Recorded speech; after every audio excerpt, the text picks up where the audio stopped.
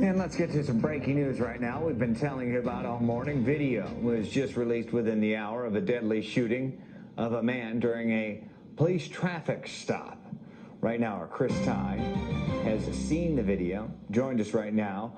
Chris, what can you tell us it shows? I know you've probably just gotten a glimpse of it, but take us through what we do know now. Okay, let's walk you through this step by step, Brad. 26-year-old Dexter Reed was driving in his white SUV back in the middle of March when police came upon his vehicle in plain clothes. According to a report just issued by COPA, which is the Civilian Office of Police Accountability, those officers came to his car purportedly wearing a seatbelt violation. That was allegedly the reason for the police approaching Mr. Reed's vehicle.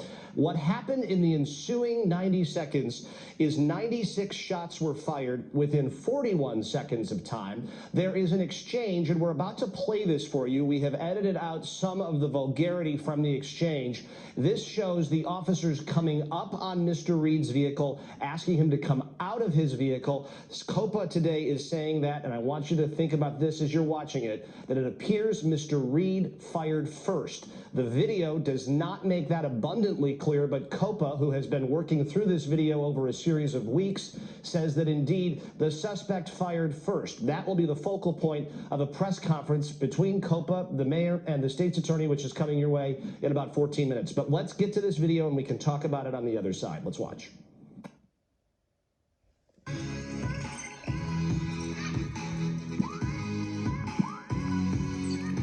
Découvrez le compte pour tous.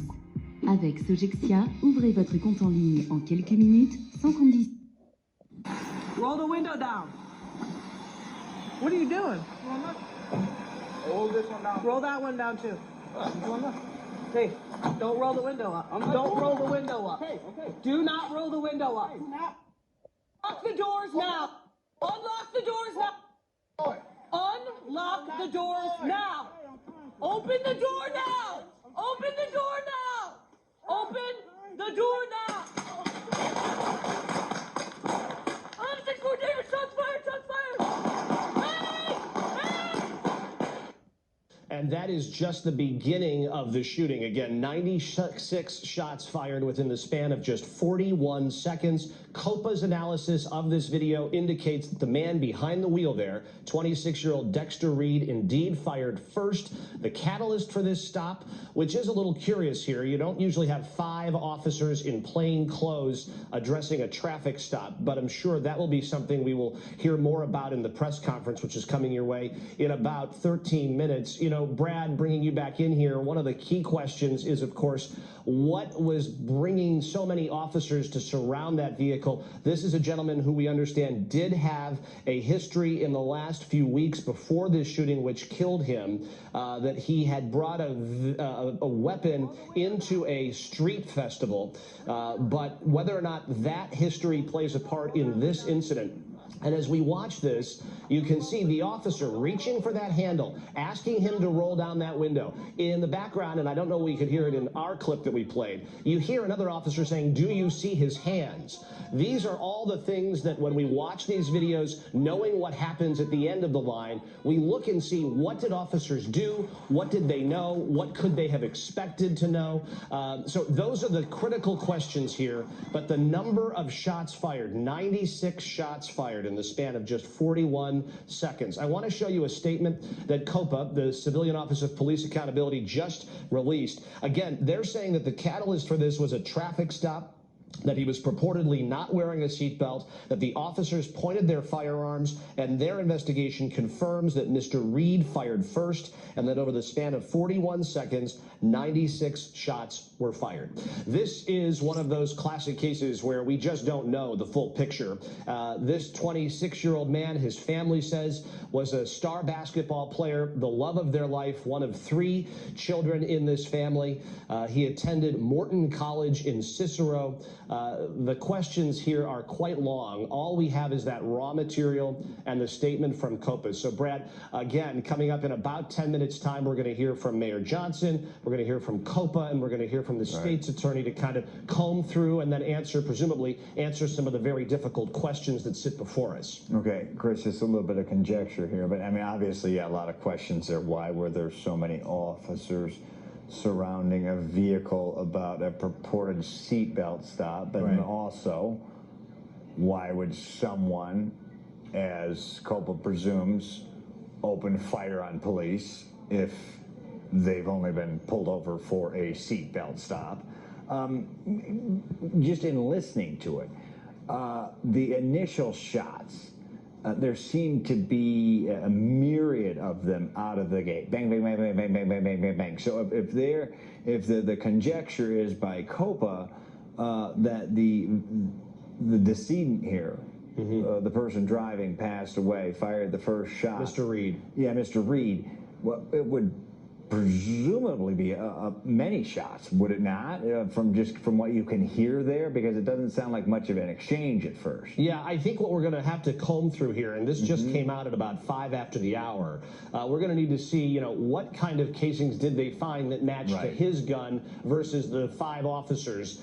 Several of those officers were also treated. One officer hit in the hand in all of this. Mr. Reed was taken to Mount Sinai Hospital in the minutes after that. That was on March the 21st. By the way, in Humboldt Park, just north of Garfield Park, to kind of set the stage for where this was. But yeah, to your point, I think the question is critical and answerable. How many shots did he fire? And any more than one? Does it require any more than one for these officers to act the way that they acted? No, yeah. It's critically important those seconds before the moment of firing. What happened and what could a reasonable officer have thought as far as the threat to their life and the commands not being followed? Right, and now we know that COPA, who says, from what they can delineate, from all the footage they've poured over for hours and hours and hours, certainly ad nauseum, as they believe Mr. Green, the now deceased Mr. Reed. Mr. Reed, Mr. Reed, the former basketball player,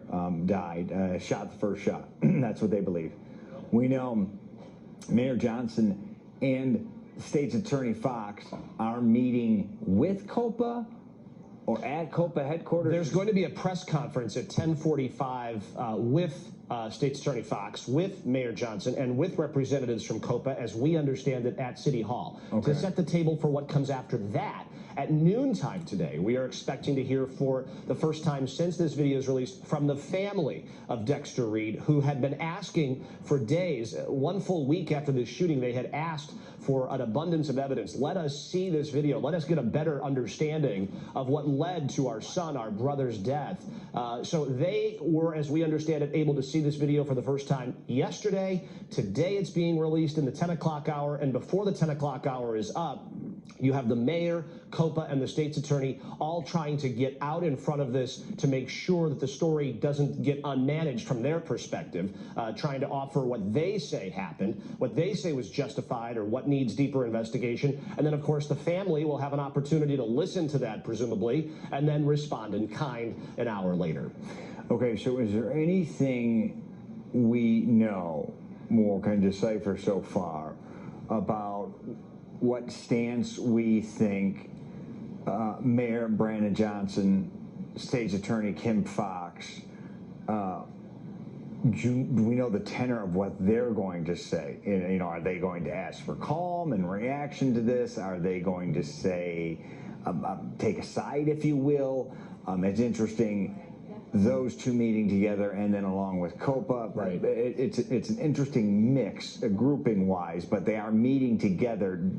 Do we have any idea, it's just going to be in a few minutes, any idea what they're going to say, or what the nexus of what they're going to say is? We don't have a sense of that. I think typically, well, number one, the family of Mr. Reed sent a letter to Mayor Johnson saying, we were staunch supporters of yours. Please let us see the material that led to the death of our son and our brother.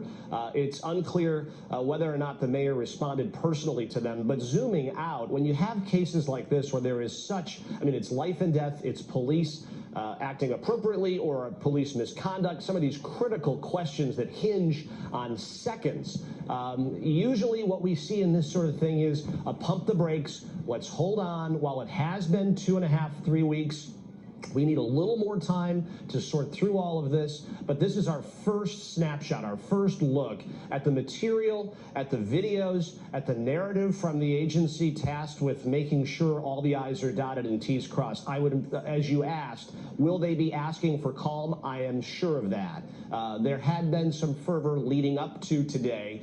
Some people who had been either given access to see this or rumblings on the force kind of saying, oh boy, we got a big one coming. Let's see. But I think the critical question, and not the only question, but a critical question is who fired first? And I think the headline right now is, if you watch the video, it's a bit unclear. Right. We've only said it within about a half hour, but COPA seems to think that Mr. Reed fired first. Right. And we have seen State's Attorney Kim Foxx come out, and it hasn't always been a pump the brakes on things. And this will really be, for Mayor Johnson, the first time we've seen him reacting to this type of incident. So we will see. We will keep you posted. Chris Ty, glad to have you on this story. Thank you for your thoughtful insight, considering you've only had a few minutes to wrap your arms around it. We appreciate it.